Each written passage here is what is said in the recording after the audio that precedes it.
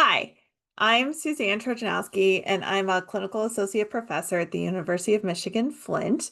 And thank you for your interest in our paper, which is titled A Cross-Sectional Analysis of the Knowledge to Practice Gap to Address Bladder Dysfunction in People with Parkinson Disease. So, a clinical practice guideline about physical therapist management of Parkinson disease was published in 2022. And this included 11 recommendations for physical therapy care. And one of those recommendations was for task-specific training uh, to address bladder dysfunction for people with PD. Now, bladder dysfunction is a non-motor symptom common in people with PD, and it can manifest as urinary urgency, frequency, or incontinence. So, our research sought to investigate, are physical therapists who work with people with PD, are they addressing bladder dysfunction in any way? So, are they screening for it during their initial eval, or are they incorporating interventions to address bladder problems as part of their plan of care?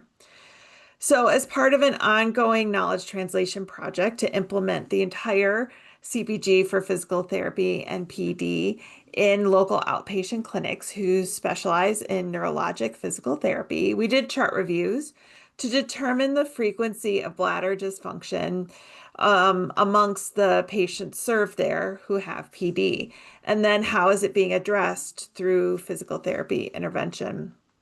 So what we found was about 25% of patients reported some type of bladder dysfunction during their initial evaluation to their physical therapist. But when we examined medication lists, what we found was an additional 25% of people who were taking medications for some type of bladder dysfunction who did not report any urinary symptoms to their physical therapist. And so just about over half of the people with PD served in these clinics either reported bladder problems directly or they were being medically managed for bladder problems with some type of medication. And we only found documentation evidence of one therapist addressing a patient's bladder dysfunction with any type of intervention.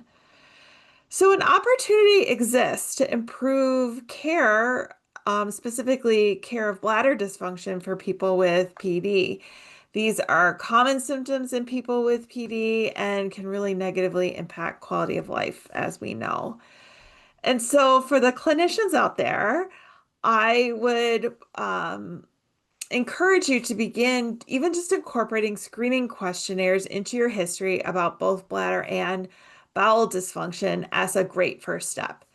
Many people with PD probably don't even realize that physical therapy can help with bladder symptoms. So, by inquiring about it, we can begin some education with patients and the role that physical therapy can have to improve pelvic health, including screening questionnaires either in intake paperwork for patients or clients to complete, or incorporating these questionnaires into electronic health record for the therapist to then directly ask the patient in interview can be helpful. Some examples of these questionnaires include the Pelvic Floor Impact 7 questionnaire or the Male Urogenital Distress Inventory. Additionally, in our paper, I would refer you to Table 3.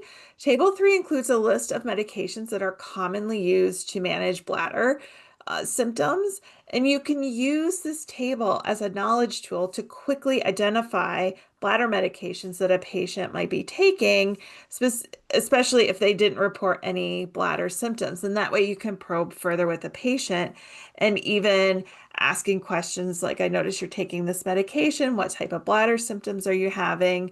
And begin addressing it that way.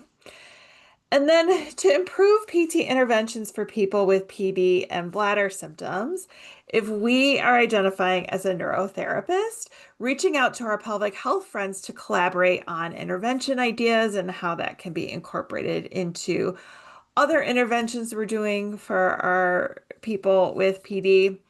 Or if we identify as a pelvic health therapist, reaching out to our neuro colleagues to better understand both the motor and non-motor symptoms of PD and how that might be impacting pelvic health.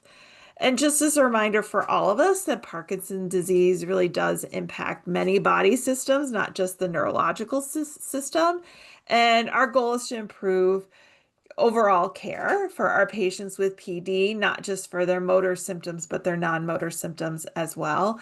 And this is where cross collaboration between neuro and pelvic health therapists can be really beneficial. So again, thank you for your interest in our paper.